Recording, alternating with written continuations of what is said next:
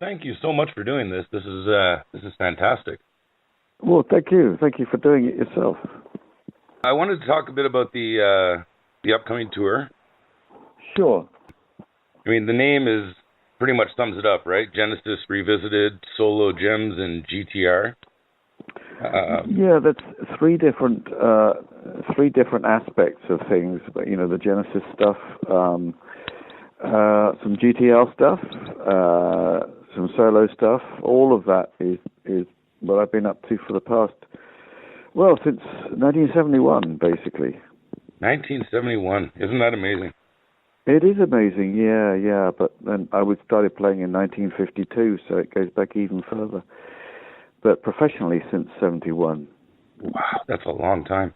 I know. I'm so happy you're playing some GTR. Man, I love that album. Yeah, it's a very good album, and I think When a Heart Rules a Mind was a very good track, which I'm going to play live for the first time since the mid-'80s, and I've re-recorded it, funnily enough, in recent times, and it actually sounds fresh as ever. I'm looking forward to releasing that as a re-record. I always loved the song, always wanted to do my take on it with the technology of now, and it's gone very, very well, all of that. It's funny how GTR meant a lot over that side of the Atlantic. I think over here it was, it didn't make the same degree of splash. But then, we had MTV behind us at the time, and to have a video on heavy rotation on MTV made a big difference over that side of the Atlantic. Yeah, I remember it doing very well when it came out. Yeah, it attracted a lot of attention. Clive Davis got behind it in a big way. We had the band with Steve Howe and the rest of the guys. Yeah, that was a very interesting time in rock. As a lot of my contemporaries in Genesis, there was something written about us at the time in Time magazine saying they couldn't help noticing that all 5 members of Genesis from the class of 71 to 74 had something in the top 20 at that time, a Billboard top 20, which was great news for all of us. That was very good, even though most of us had gone our own separate ways with that. Various people were doing stuff. Their solo things were going that way, and the odd band thing and what have you. So it was nice to know that there was that vote of confidence. Oh, absolutely. Now, with this tour, I've always wondered this. I mean, you have a ton of music. I was checking your discography. There's about 30 solo albums and all the Genesis and GTR. Yeah. How do you whittle that down into a 2-hour set? Well, this past year, this was the 40th anniversary of the last album I did with Genesis, which was Wind and Wuthering. That was released in 1977. So this year's touring tended to center on many of the tracks from that album.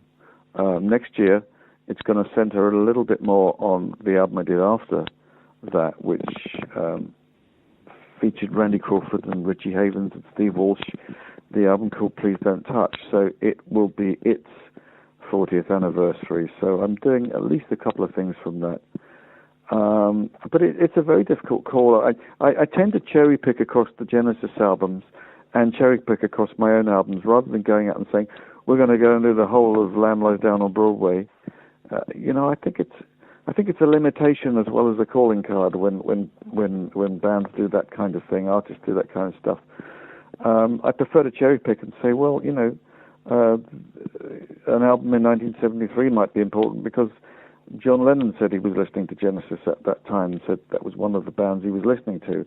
And so that year's album for me is important. The album was selling England by the pound. And so I think, I'll do some things from Selling England. I want to do Firth of Fifth from that album. There might be another. I'm just looking at the whole of the... so you're Dancing with the Moonlit Night, the opening track. I'm going to do that one again. Yeah, I mean, this sort of stuff stands a lot of reinterpretations. I've done that stuff occasionally with orchestra. I've done it with bands, and so it goes. To do these things and sometimes re-record them as enlargements with an orchestra, sometimes with a dream team, or sometimes with a house band. It doesn't really matter. The music survives, and the solo stuff is another matter again. So it's a very difficult choice to keep everyone happy. But we'll be doing Supper's Ready, which is probably the longest progressive tune anyone's ever written.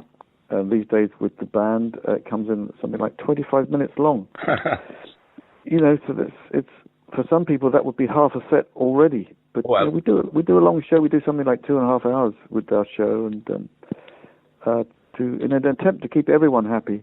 Well, I'm looking forward to it when you come to Ottawa. It's going to be fantastic. Oh, I'm looking forward to it tremendously. Yes. It starts pretty soon, doesn't it? In February. It starts in February with one more cruise to the edge, and then we're basically doing North and South America. So a lot of things are planned for next year. Japan, European stuff. I'm trying to fit an album around all of that as well. But there will be current product in January. There'll be a live album that was recorded in Birmingham, in England, at the Birmingham Symphony Hall, which is one of the best in the country. Wow! And that's it's recorded in. It's mixed in surround. It's available, or will be available, with Blu-ray, DVD, stereo, in all available formats. So we're going to launch that in January, just after I come back from India. I'm having a holiday. I'm having an Indian Christmas. Starting to work with one or two Indian musicians. What is it about guitarists and Indian musicians? There's something about the sitar. All the way back to George Harrison. I know, we're back with George Harrison and the beginning of world music. I mean, actually, the last studio album I did featured 19 or 20 people from all around the world with their attendant instruments. And yeah, I read that. Where did that love of world music come from? I think it's an extension of folk music and an extension of what orchestras do. People who write for orchestras often look to folk music. I think we can't afford to leave anything out. If there's an interesting instrumentalist that I meet who hails from Azerbaijan, I'll work with him, as I've done on the last couple of albums. I think you have to look to everywhere. I think rock's shoulders ought to be broad enough to expand slightly and take on board these other things. So I think music was at its most interesting when it was at its most. It was referred to as psychedelic, but where does that stop, and where does world music start? Where does progressive start? And I think music that is surprising is likely to feature some instruments that perhaps you haven't heard before. That's the idea. Do you learn these instruments, or do you just get other people? Yes, some of them I sit down with them, like the Arabian oud. I don't consider myself to be a virtuoso on these. I've played koto, Chinese koto, Cantonese koto, way back with Spectral Mornings. I was playing that, and it's lovely to do that. But sometimes it's nice to bring in someone who's a real expert on these things. It doesn't all have to be done by me. That was the Genesis idea back in the day. We do everything in-house, and we used to think, well, why couldn't we use my brother on flute? Because my brother is a classical virtuoso, and to always do it in-house, I think it can be a limitation.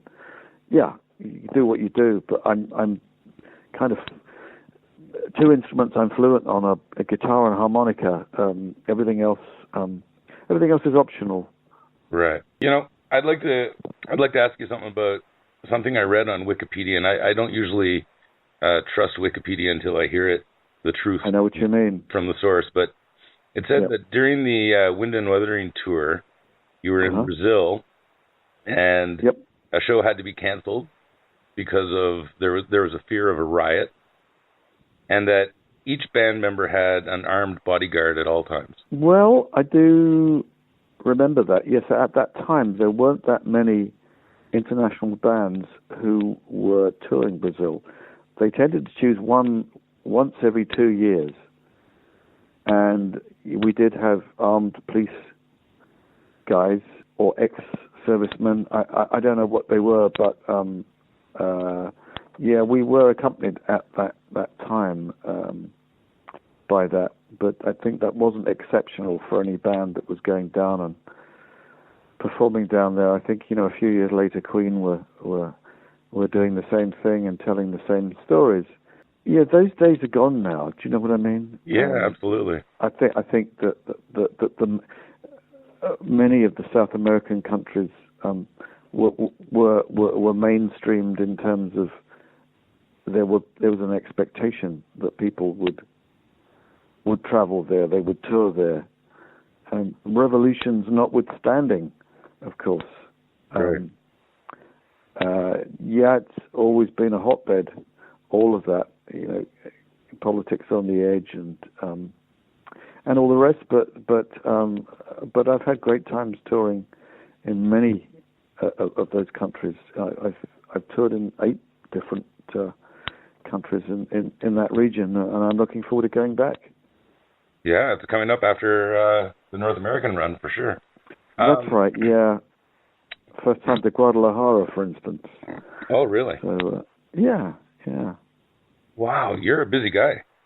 Yeah. Well, I like to stay busy. I like to do that. That's I expect you're a busy guy yourself, by all accounts. Yeah. Aren't we all these days? Well, I think that's it, yeah. Yeah, I think you have to be, or you're just going to become stagnant. Yeah, I think so. I think so. That the more one can do, I think as a journalist, you've always got your eye on a book. I think as a band member, you've always got your eye on an orchestra. There's this idea of what if. Starts out with the sort of big borrowed steel aspect to try and get hold of any guitar you can, and then your sights go up exponentially each time you achieve a new level. Yeah, be great to have a good guitar. Be great to have an amp to go with it. Wouldn't that be nice? Be great to have a band I could play it in. And then, you become greedy, or perhaps your dreams just change and the horizons go up. And but sometimes it's nice to think small or give something back. It's not all about achievement, which all achievements seem so little in retrospect, and sometimes, in the greatest respect I have, are for people who are teachers, who are, unsung heroes of many musicians. Oh, absolutely. Yeah, it's not all about, the great and glorious. A lot of people don't get a crack at the limelight, and for no fault of their own. Just the roulette wheel doesn't always land in their lap in the right way, if you know what I mean. That's it. I think most people wouldn't be able to handle it anyway. Well, I think, people who have been immensely successful, I'm not sure it's great for the health to be a Brian Jones, to be a Hendrix, not to mention, many people who've passed on with great talent from Elvis onwards. I think a degree of anonymity, if you can achieve that and achieve record sales at the same time, perhaps Pink Floyd have got it right. The idea of being able to travel and not be recognized, but still have people who might buy your product. I mean, I guess authors are like that. Who knows what Ian Foster looked like? Who knows? But is that possible anymore? I mean, is it possible? I don't know. Media conspires against that. We all do that pact, I guess. whatever it takes to sell something. But so I think it's possible. Yeah, it ought to be possible. I don't think you have to play every game in town. I think you can be selective. I think you can do it under your own terms, but you do have to keep coming back to the tables. You do have to keep playing the game, even if you're tweaking the rules slightly yourself. Right. Okay, I want to get into some guitar playing stuff, if that's okay. Sure. I read that you're self-taught classical guitarist. Yeah. You know, as an intermediate guitar player, which is basically all I am, you know, I focused on rock growing up in the 80s.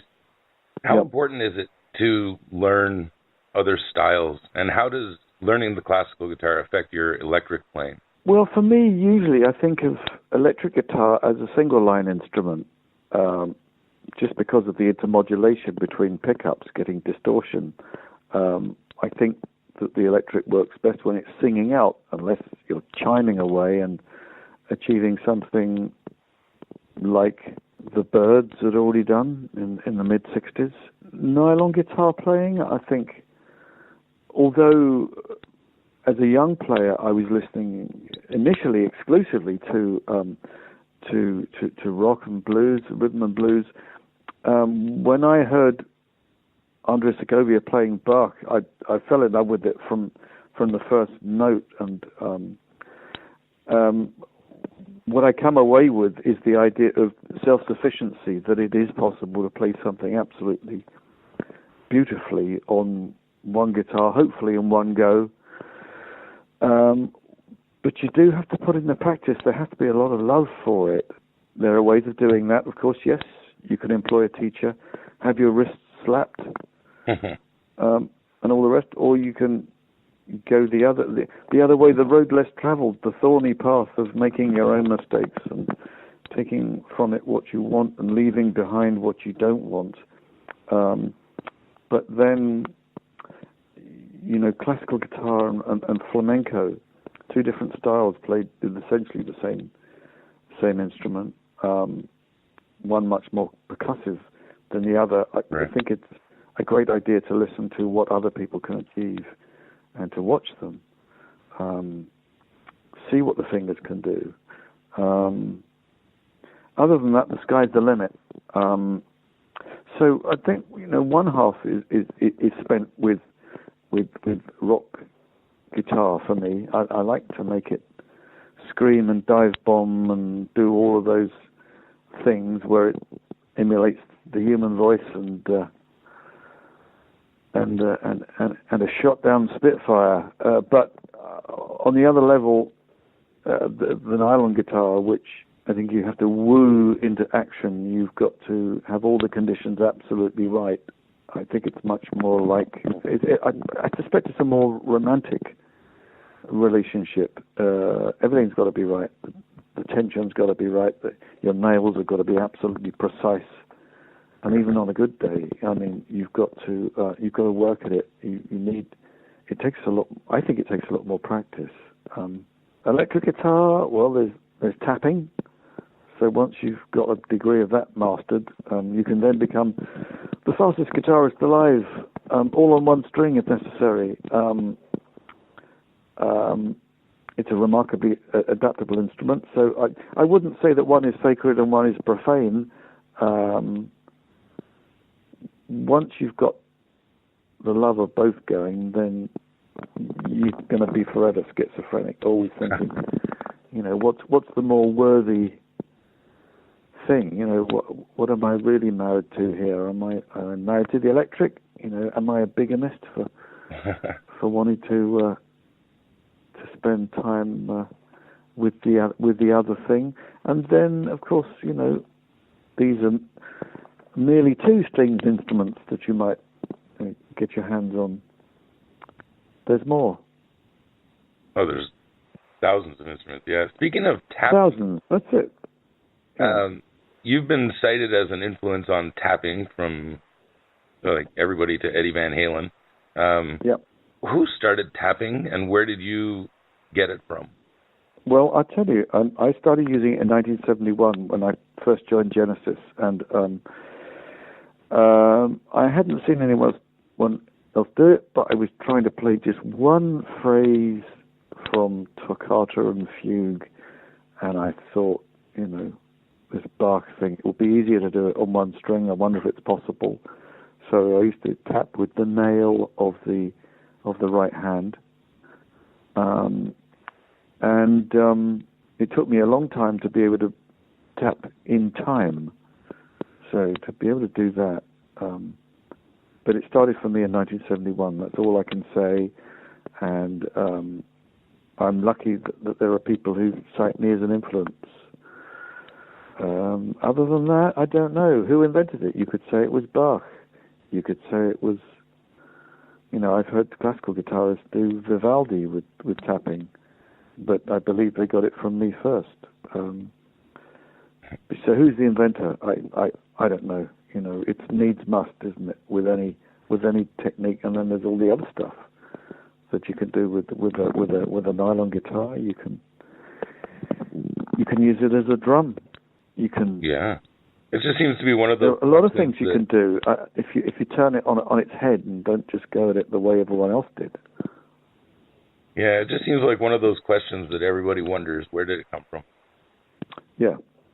Well, I think electric tapping started with me. As far as I know, I haven't heard anyone else do it on any album before Nursery Crime, which was 1971, Genesis album Nursery Crime.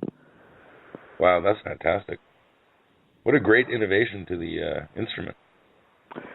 Well, it was. It was liberating because it meant that you could take the sort of less is more idea and fully exploit the possibilities on one string. You could do octave jumps. You could pull on and pull off with the right hand as well as the left. And Stanley Jordan will demonstrate it to you on two guitars simultaneously. So that's fabulous. I've heard people do it, do miracles with it. But you can use more than one finger if you want on the right hand. It is a great technique, but it's only one of many techniques that I've used that haven't got names yet. And there's a whole bunch of other ones. One day I ought to do a guitar book showing this stuff off. Meanwhile, I'm usually too busy making new albums, but there you go. That's how it is. That's something else I wanted to ask you about. Yeah. This day and age, it takes most artists 4 or 5 years to make an album. You're releasing an album every year or two. What's your secret? What's the spirit, did you say, or the secret? What's your secret? How do you get all these albums? I tend to write much more quickly than I used to. Back in the days of Genesis, it took me a whole year to write a little piece called Horizons, which is 1 minute 30 seconds long. I think once you've done a solo album, it means you've got to just, not drip feed the writing process, but you've got to turn on the faucet full on. You've got to force yourself to write more quickly.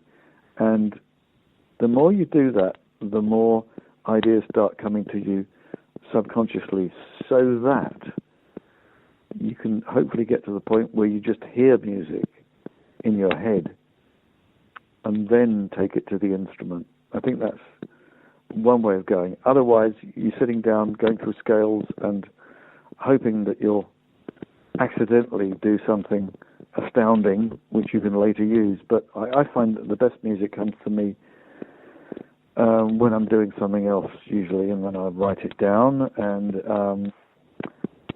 it works like a jigsaw. It's like John Lennon said, you have ideas, and then you join them up later. That's what he said, so I thought that I worked like that. I mistakenly thought that the Beatles wrote songs that were fully formed, just came at once, and it seemed with the speed that they were working, which was at a ridiculous speed of 2 or 3 albums a year. Right. I thought, those guys were hot doing that, and such great stuff. Of course, there was a number of cover versions of things that might have been included in their live set from way back, so, you know, they were able to fall back on that. But once they became the fully fledged gifted songwriters they were, those guys were working round the clock. Those guys were working without sleep. Right. That's what they were doing. You know, that was it. You know, to ride that good wave came at a certain price. Oh, certainly. And isn't that one of the reasons what you were talking about before? It's not a very healthy lifestyle. No, it's not healthy. Try and get as much sleep and food as you can. Try not to imbibe too many opiates. If you can just do it on a cup of Earl Grey tea and indulge yourself with the odd donut, I think you'd be doing pretty well. Try and stay fit and healthy. Embrace the dream, but perhaps not the entire 60s dream.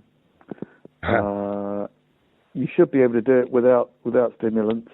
If you can do that, hey, you might just have a long and healthy, happy career. Well, you've certainly done it. I'm still going, you know, luckily. I think I've been very lucky in many ways. Lucky to work with the right people, to work with some great people, and not to buy too much of the extracurricular lifestyle, you know, all of that. To think that you've got to, you're not a rock star if you don't fly a plane into a cliff, right? You know, on acid. No, I don't think you have to do that. You can get high other ways. There are natural highs.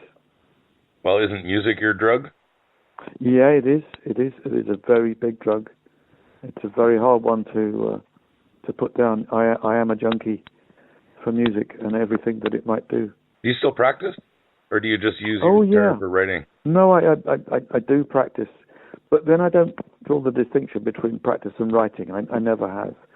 I think that a good workout on the guitar might just throw up something new for you. I don't want to take too much of your time. This was absolutely... It's been nice talking to you. Oh, it was fantastic. Very nice. Thank you. And, I hope you get a chance to tour around Ottawa when you come here. Oh, yeah. Do you get a chance to go out and see the cities where you're playing? Sometimes I'm allowed out, you know, and it can be a great joy. We're also going to do Gatineau, of course, you know. Yeah, we get to do those things. I get to do... this year, I will get to do Quebec City, Montreal, Toronto, Gatineau. And other years, I get to do some of the other places too, which is great, you know. Nice to come back to Canada. Oh, it's going to be great to have you here. Yeah. I lived there for a while in Vancouver when I was a kid. Went to school there. Yeah. It's always got a big place in my heart, believe me. Oh, I'm so excited to see the show. I've never seen you live, so this is going to be... pretty exciting for me. I hope you enjoy that, and please say hi if that's at all possible. I will absolutely do that. Thank you. Thank you so much. All right, take care, and we'll see you. It's been nice talking to you. All the best. All the best, and we'll see you in February. Fantastic.